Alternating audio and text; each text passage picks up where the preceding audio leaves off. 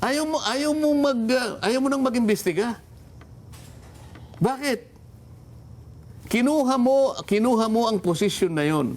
Ang Blue Ribbon kasi, Jen, ito lamang ang natatanging komite na binigyan ng kapangyarihan at mandato na mag-usisa ng non-feasance, malfeasance, and misfeasance. Yes po. Wala na sa ibang komite.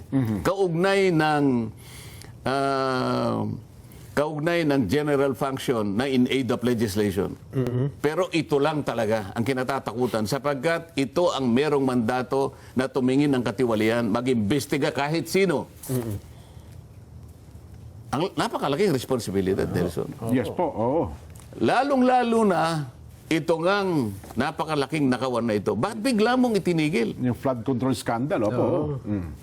Bakit lumipas ang 9 na buwan? At ngayon hindi mo alam kung susulong ka o hindi. Ngayon sinasabi na naman niya, kapag nakakuha na ako ng pirma at saka ako mag-iimbestiga, hindi ako naniniwala. Oho. Patibong niya yon, trap niya yon, bait niya yon, pain niya yon, hindi na siya mag-iimbestiga. Dahil nakapirma na ang majority. Oho. Para ganap niya ng mapagtakpan ang gusto niyang pagtakpan. Ba ang latest ngayon sa Senado? Sabi nyo nga, may itong temperatura sa Senado. Ngayon ho, sa palatuntunan sa ganang mamamayan, mainit din po ang pagsubaybay at pagtingin ng ating mga kababayan. Yung ginawa niyang kahuli-huli ang privilege speech, na ang buong akala namin may gagawin siyang pagpapatibay o pagpapaliwanag kung bakit hanggang ngayon ay partial report pa, ano bang inihintay namin. Pero ang totoo pa lang niyang pakay ay maglabas siya ng isang matatawag nating parang comics eh. Meron daw nakalagay, care of Kong Marcoleta, 500. Nilabas niya yon na parang slide, meron siyang parang pamagat na allocables and leadership. Okay. Masyadong mapangahas na magparatang para makapanira ng tao. Kaprasong papel lang, pinagtatakpan pa niya, hindi namin maintindihan kung ibig sabihin.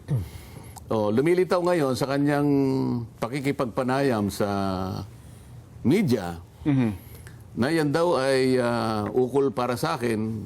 Ako raw ay nahingi ng 500 million. Allocables daw yon. At paiimbestigan niya ako sa Ombudsman. Palagi gano'n yung taktika niya eh. Tagalasan, bago nyo tuloy, saan doon ba niya nakita yung 500 na yun? Saan, ano bang meron doon? Parang hindi namin alam yun. Sabi niya na ibinigay daw sa kanya na hindi, yung sulat mismo. Sulat daw, sulat kamay daw. Merong marginal note ng dating, yung namayapa na Yusek Cabral. Okay, opo. Alam mo dyan, kung ang binabanggit niya ay katulad ng mga halos lahat ng mambabatas ay ginagawa, yung pag-i-endorso o pagre-request ng mga pagawaing bayan Opo. na hinihingi ng mga constituents. Oho. Halimbawa, katulad ko, may hihingi ng pabor na, Sir, pwede po ba ninyong endorse ang proyektong ito? Makakatulong po ito sa aming komunidad. Matagal na po kasing hinihingi ng mga tao ito eh. Hindi po namin maitawid ang ganito, tsaka ganito. Napakarami pong alalahanin. Kaya kung titingnan mo naman, Jen, suportado ng napakaraming dokumento, may resolusyon ng LGU, Municipal resolution. mga asosasyon Tama. na nakatira doon, at meron pang mga pirma ng mga district engineers, mga regional directors. Ipagkakait mo ba yung may tutulong mo na inaasahan nila na baka sakaling ang i-consider ng pamahalaan kung ikaw ay isa sa nakapag-endorso? Opo. Maaaring hindi lang naman ako makakagawa, lalapit din sila sa mga ibang kandidato, gagawin din ang kandidato. At matagal ng practice yun, Sen. Maski naman kay doon sa privilege speech, di muna natin sasabihin ang pangalan, maya-maya ng konti lang. Siya naman inamin niya, ito yung mga legal naman na gawain. Wala akong masama, walang illegal doon. Opo. Ang totoo niyan, siya ang kauna-unahang nagpasaring sa mga senador ng 19 Congress. Ano pa yun? Nagsisimula pa lang kami noon eh. Naalala ko, pinasaringan niya yung mga senador ng 19 Congress. Wala pa ako doon dahil papasok ako 20th Congress na eh. Yes po. Halos lahat kanya ng mga senador ng 19th Congress ay nakabahagi ay nakapagbigay ng insertions na ang total niyan ay halos 100 bilyon. Ngayon, nagalit sa kanya yung mga senador. Ay, opo. Natatandaan ko yan. Sabi siguro nila, ano naman ang masama kung halimbawa nakapag-suggest kami, nakapag-request kami, nakapag-endorse kami, sang-ayon sa pakiusap ng ating mga constituents. Wala namang masama doon. Ba't sinasabi mo yan? Ngayon, nagpaliwanag ngayon ang Senate President. Dahil siya, parang akala mo kapag nagsalita, parang siya yung pinakahuling salita eh. Ano? Ang nakikita ko nga, parang takot na takot sa kanya yung mga kasama ko eh. Ito lang naman ang aking sariling obserbasyon. Yes po. Eh, nagpaliwanag ngayon ang Pangulo ng Senado. Hindi naman, sabi niya kasi kung ano man yung kahilingan na yan, sinasabi niyo kagad, insertions. Sabi niya, pwede namang terminology lang ang diferensya dyan eh. Kumisan, tinatawag naming amendments. Dahil nga sa aming sariling panukat, makakatulong naman. Ngayon, kung sakaling bigyan ng konsiderasyon, di maganda. Kung ayaw, okay lang. Yun ang paliwanag. Hindi naman kapag ka sinabi mong ikaw ay humiling halimbawa ng ganitong amount para sa mga proyekto ng ating mga constituents, ibig sabihin sa iyo napupunta yun? Hindi. Ang importante rito, kung humingi ka, napagbigyan ba? At kung napagbigyan, na-implement ba? At kung na-implement, maganda bang pagkaka-implement? Ganun dapat ang tanong eh. Pero kung nakakita ka lang ng kaprasong papel, lumundag ka na, naakala mo kung ano na yun, pinagtatakip mo pa, hindi natin maintindihan. Ano ba yung tinakpan mo roon? Yun ang hindi nakakapagbigay ng mabuting halimbawa para sa amin eh. Opo. Naisip ko tuloy, ewan ko kung meron tayong slide na may papakita riyan, nung nag-uumpisa kami sa Blue Ribbon Committee, nakapag-umpisan lang ako, isang araw pa lang. Bumanat na siya ng privilege speech eh. Doon lang makikita mo na yung kawalang paggalang sa panig niya eh. Alam mo, sinabi niya, kung inintay lang ako ng isang araw at hindi kagad sila nag-hearing, Nagsimula, baka mas masustansya ang kanilang ang kanilang talakayan eh. Ang ginawa nila kanya dahil hindi nila ako hinintay, parang yung kanya yung kalesa. Hinila yung kabayo. So he placed the cart before the horse. Sabi. Nakakita ka ba ng ganong klaseng? Hindi ko pinansin yun, hindi ako kumibo.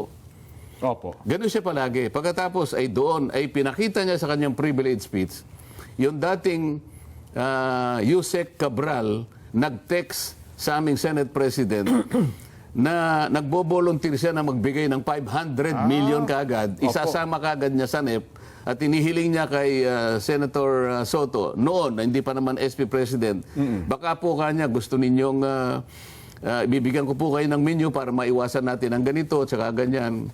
Opo. Nilagay niya sa kanyang privilege speech, buhay pa si Secretary Cabral noon. Ayan, makikita niyo sa slide. Opo. Hanggang doon lang. Hindi naman niya tinanong, hindi naman niya sinuri, hindi niya hinimay, hindi ko alam kung tinanong niya si Senator Soto kung totoo, kung naibigay yung 500 million. At lalo na, wala sang sinabi na dalhin muna sa ombudsman niya. Bakit na nakakita ng papel na halimbawa, endorsement, ako tingin ko endorsement yun eh. Tingin ko nakiusap ako na pwede kayang pagbigyan ito kasi maliwanag naman na merong supporting documents. So, inihiling ko po na ini-endorse ko na baka pwede niyong i-consider. Opo. Ganyan palagi ang taktika niya. Bakit yun hindi niya sinuri? Ba't hindi niya tinuntun? Hinayaan niya lang. Bakit ako ang gusto ko lang naman ay tulungan siya na makumpleto kagad yung report ng Blue Ribbon sapagkat ito ang nag-uumigting na katanungan ng ating mga mamamayan. Nasa kalagayang ninakawan, nilimas ang gagamitin para sa kanila. Halos pati ang kinabukasan ay nawala na dahil sa malaganap at pinakamalaking pagnanakaw sa kasaysayan ng ating bansa. 9 na buwan ang lumipas, Jen. Opo. Mula sa napakarami niyang pangangako na matatapos hanggang sa ginamit pa niyang dahilan yung mga staff niya may hina ka niya itong mga staff ko eh. Ginamit pa niyan dahilan Yes yung mga po, staff oh. niya. Para bang yung mga staff ang gagawa? Para bang hindi siya ang nando sa una na yon? Hanggang sa makakuha nga siya ng partial report. Sabi ko, ang dami mong dapat na ipatawag. Ang dami mong dapat ipatawag. Masama ba yun, Jen, na paalalahanan siya sapagkat yun nga yung hinihingi ng taong bayan? Oho. At kayo rin bilang miyembro ng ng Blue Ribbon Committee, di ba? Ako na lang kasi ang talagang nagsasabi sa kanya. Eh bakit naman siya magagalit sa akin? Yung layunin ko ba na masyasat na mabuti ito, makumpleto natin muna yung report bago magpirmahan dyan para matukoy natin ganap. At pagkatapos, eventually, mapanagot natin kung sino ang utak ng lahat ng may kagagawa nito. Para sa ganun, mabigyan natin ng hustisya ang taong bayan. Opo. Masama ba yun? Ayaw ba niya ko samahan sa... yung aking bang layunin na yun, hindi ba yun ang layunin niya? Oo. O baka hindi. Kasi nagagalit siya eh. Oo Bakit nga. ako ang babalikan niya? Oho. Hindi siya consistent eh. Oo. Akalain mo, 2022 pa lang dyan. Meron daw siyang nakausap na congressman. Tinanong niya raw, ilan ba kayang congressman na contractor ngayon? Sabi raw sa kanya, 67. 67. Sabi niya, baka 2022 yun. Baka ngayon kanya, baka higit pa roon. Ngayon, sinisita siya, bakit hindi mo man lang pinatawag kayo mga 67 na Contractors. contractors Yeah, na opo. congressmen? Sabi niya, wala naman ako listahan eh. Sinabi lang sa akin nung nakausap kong congressman. May Ganun siya nagsabi eh. lang daw sa kanya. Opo. oo. Mahilig siya sa sabi-sabi. Okay? Oo. Sabi niya, magaling siyang investigador eh. Nakausap mo na pala yung kaibigan mong congressman at sinabi niya sa'yo, meron siyang kilalang 67 na contractors na congressmen na kung saan yung mga proyekto nila, sila mismo ang nag-i-implement. Ba't di mo pa kinuha yung listahan? Oo nga. Ba't di mo pa kinuha yung pangalan? Oo. Ano ang gusto mong palabasin? Talagang ayaw mo talaga eh. Pagka congressman, ayaw mong tuntunin. Nasaan ang consistency rito? Pagkatapos sasabihin niya, alam mo kanya, si Senator Marcoleta, nawala sa hulog eh. Oo nga Yung po. nung gano'n siya, nung nagpa-interview siya, hindi ko maintindihan kung ba't niya sinabi yun. Wala na siya, hindi na siya in sync with reality. Oo. Yun ho ang kanyang binabanggit. Akalain mo kanya, sinabi ko na nga na ayaw kong magpa-interpolate dahil nga ang gusto ko, bago ako mag-yield ng floor, Ipumaba muna. makumpleto muna yung signature na gusto ko. Na kailangan makapirma yung majority. Akalain mo tumayo pa. Madalas ganyan eh, sabi niya. Oo. Ang sabi ko naman kako, kung sinabi mo lang na ayaw mo magpa-interpolate kahit kanino, lalong-lalo na kay Senator Marcoleta, Opo. dahil natatakot ka o nahihiya ka, Oho. tatanggapin ko yung katwiran mo eh.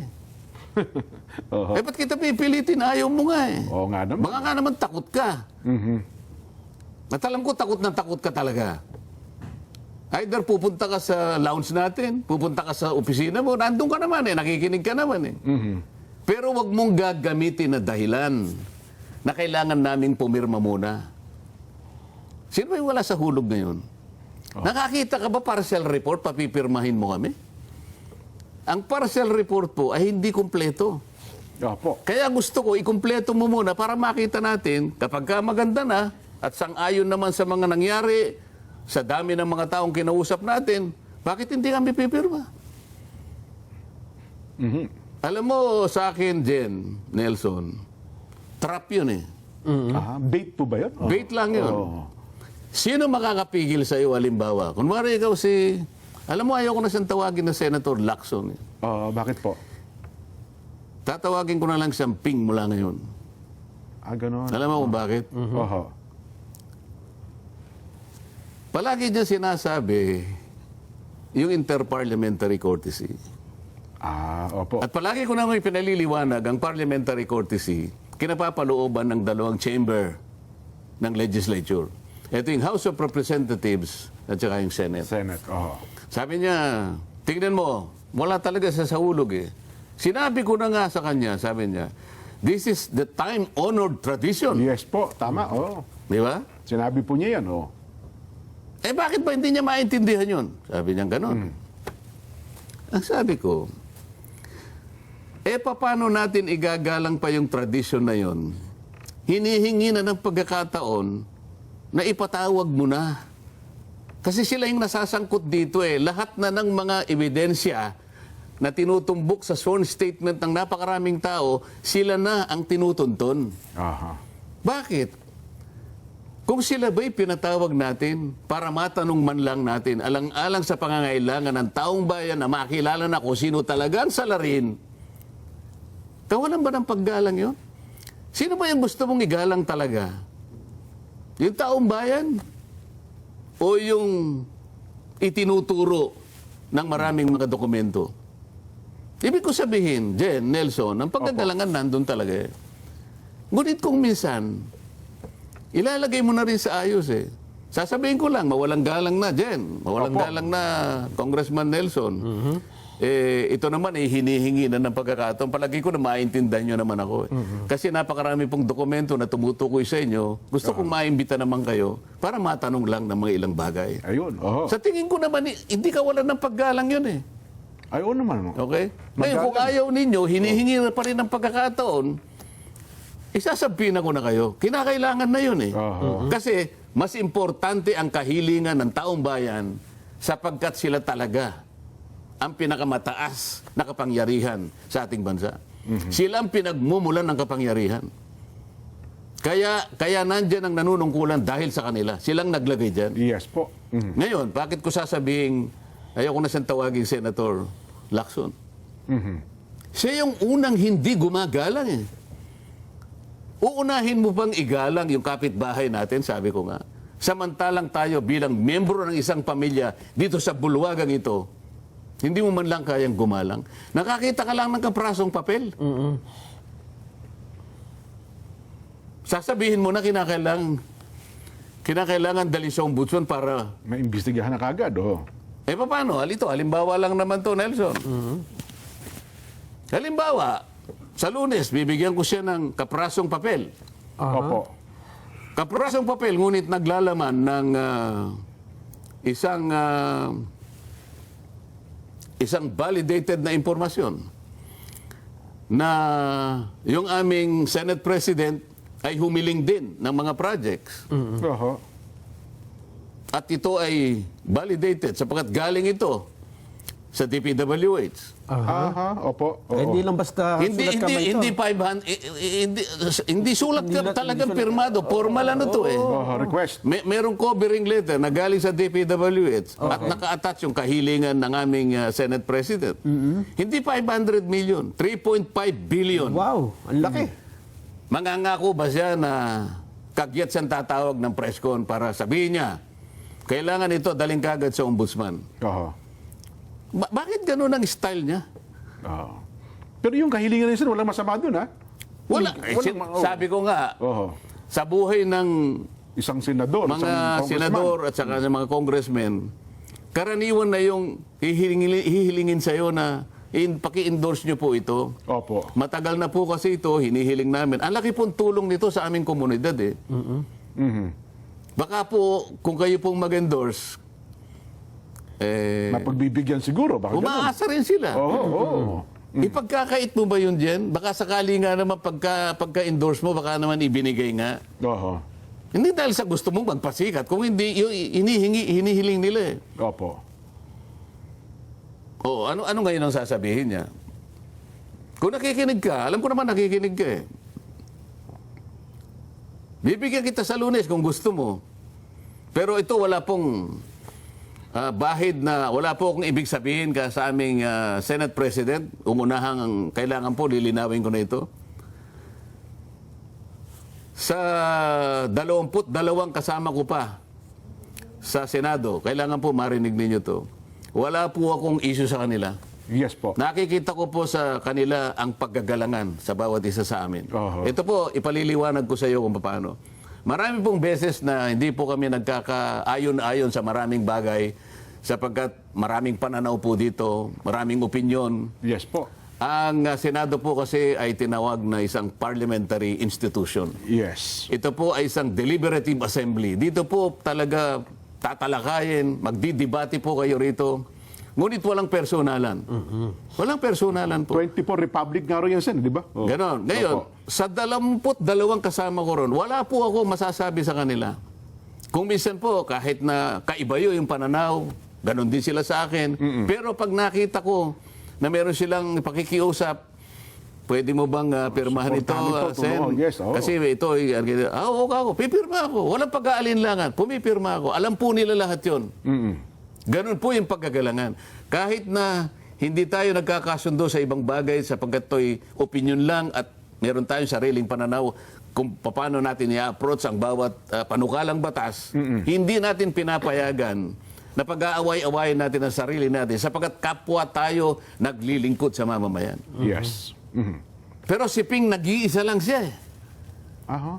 Ganito ang kanyang ugali. Palaging ganito. Kaya nung sinabi ko, nakakita na 67. Oh, nakita mo yung tumayo siya. Sabi niya, yung mayor ka ng Candaba. Oho. Meron silang ganito, yung mga anak nila, ganito, nagporma ng ganito. Ito yung kanilang nakuha, 2.5 billion ng... puro ganito. Pagkatapos, hindi naman niya, Pinatawag. hindi niya pinatawag. Hindi na imbestigahan. Oh. Nag-identify siya ng 11 contractors. Sa kanyang privilege speech. Alam mo yung pag nag-privilege speech, Jen, makikita mo, talagang parang kompleto sa Ricardo, sabi nga nila. Opo. Ang maganda yung graphics. Maganda yung Hindi lang graphics. Presentation, no. Maluluma si Lino Broca rito. Kompleto yung cinematography, merong screenplay, Pati sound effects, ano? kulang na lang, musical scoring, maniwala ka sa akin. Natatandaan ko sa inyo sinasabi nyo, BBB yata yun eh, no? Yun nga, mga yung anak daw nila. Ngayon, ang ibig ko sabihin, bigla siya magsasalita, ngunit hindi naman niya itutuloy. Hindi niya patatawag. Masisira lang yung pangalan. Ganun ang gusto niya palagi. Yung pailalim na atake, pailalim na taktika. Ayun, Bakit niya ako pinasasaringan ngayon? Ako lang kasi ang nagpapaalala sa kanya. Ang gusto ba niya, titigil ako? Ang gusto niya ba, takutin ako? Nagkamali siya eh. Nagkamali siya. Kaya sabi ko, nag-iisa na lang siya eh. Alam mo, sa una kong pagpunta sa Senado, nahalata ko agad na parang takot na takot sa kanya yung mga kasama ko. Mawalang galang na sa kanila. Yung ibig ko sabihin, hindi yung takot, yung parang nagdi-defer sila, na parang ayaw na lang nilang makipagbanggaan, ayaw na lang nilang gano'n dahil maring iniiwasan siya, parang gano'n. Na parang kasing sa tingin niya, naipundar niya ang sarili niya. Ito yung kanyang, palagi niya sinasabi, I've spent 50 years of service in government. Ano? Na parang walang ka-blemis-blemis, parang walang kulubot, walang kabahid-bahid ng ano. walang bahid dungis. Yes po, Parang nakalimutan niya yung napakaraming episode sa buhay niya na. Nakalimutan niya yung sa Isabela na siya na tungkol sa mga illegal logging. Di ba? Nakalimutan niya yata yung Kuratong Baleleng.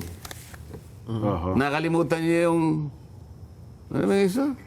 Corbito, ano yun? Daser Corbito. Daser Corbito. Ganun po ba? O baka hindi niya alam na alam ko kung bakit nawala na lang bigla yan. Maraming mga tao ang kinasangkapan kung bakit na-dismiss ang mga kaso na yan. At huwag mo sasabing magmamalinis-malinisan ka. Totoo yung sinabi ko na nung hindi ko pa siya kilala, napagkamalan niya akong reporter dyan eh. In-interview ko raw siya. Ganun po. Binasa ko yung transcript nung interview niya eh. Kasi kanya, in-interview ako niyan. At napahanga daw ako sa kanya. Opo.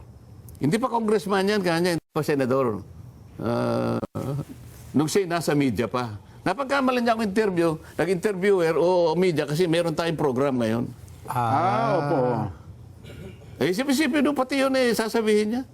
Kasi nabanggit ko nga, dahil nga napahanga niya ako na isang araw, nagsasalita siya, lahat ng carnap vehicles, dalhin nyo rito sa Camp Crame. No questions asked. Yes po. Abay, ako'y padaan-daan nga ako ron dahil ang aking opisina sa Ortigas lang. Opo. Ortigas. Nakabunto ng mga sasakyan na karnap. Mga nakaw na sasakyan. Mga generals, sinole, no questions asked. O di humanga naman ako. Mukhang, Tama naman ito yung gusto ko kako. PNP chief siya nun. Tinawagan ko ngayon si Bayani Fernando, na isa sa mga kaibigan natin. Kasi si Bayani, isa ring masugid sa mga reforma yan. Oo. Nakita mo yung Marikina noon na walang... Sabi niya, Malinis, maayos, gusto niya, disiplinado. Yes po. ipalitaw ninyo yung bangketa. Hindi po pwede. Pinagdidemanda siya ng maraming mga tao, pati. Opo. Hindi ba nga niya, basta demanda nyo ako, pero kailangan ganito ang mangyari. Kailangan malinis, kailangan maayos ang kalsada, lilitaw ang bangketa. Meron siyang political will eh. Ayun. So sabi ko sa kanya, Bayani, kausapin mo si Ping, sabi ko. Oh. Yung PNP chief. Bakit? Maganda rin ang nakikita ko eh. Kausapin mo, sabihin mo, kung mandidato siyang president, ikaw naman ang vice president. Kinuwento ko pa eh. Oo. Kay Senate President. Senate President Soto eh. Okay. Sayang, namatay na. Sana man lang eh. Opo. Nung una kasi siguro, maaaring ganun ang nakita ko. Kung ako, nakita ko yun eh. Pero nawala eh. Sayang. May sinasabi niya na wala naman nagbago doon eh, sabi niya. Sinabi pa niya walang nagbago doon. Wala daw nagbago. Kasi Yun pa rin daw po kasi siya. Oh. Ako daw ang nagbago eh. Ako daw ang wala sa hulog. Siya raw hindi nagbago. Paano ko hindi nagbago? Ayaw mo nang mag-imbestiga. Bakit? Kinuha mo ang posisyon na yon. Ang Blue Ribbon kasi, Jen, ito lamang ang natatanging komite na binigyan ng kapangyarihan at mandato na mag-usisa ng non-feasance, malfeasance, and misfeasance. Yes po. Wala na sa ibang komite. Kaugnay ng general function na in aid of legislation. Pero ito lang talaga ang kinatatakutan sapagkat ito ang merong mandato na tumingin ng katiwalian, mag-imbestiga kahit sino. Ang napakalaking responsibilidad, Delson. Yes po. Oo. Lalong-lalo na ito ngang napakalaking nakawan na ito. Bakit bigla mong itinigil? Yung flood control scandal. Opo. Bakit lumipas ang 9 na buwan? At ngayon hindi mo alam kung susulong ka o hindi. Ngayon sinasabi na naman niya, kapag nakakuha na ako ng pirma at saka ako mag-iimbestiga, hindi ako naniniwala. Oho. Patibong niya yon, trap niya yon, bait niya yon, pain niya yon, hindi na siya mag-iimbestiga. Dahil nakapirma na ang majority. Oho. Para ganap niya ng mapagtakpan ang gusto niyang pagtakpan.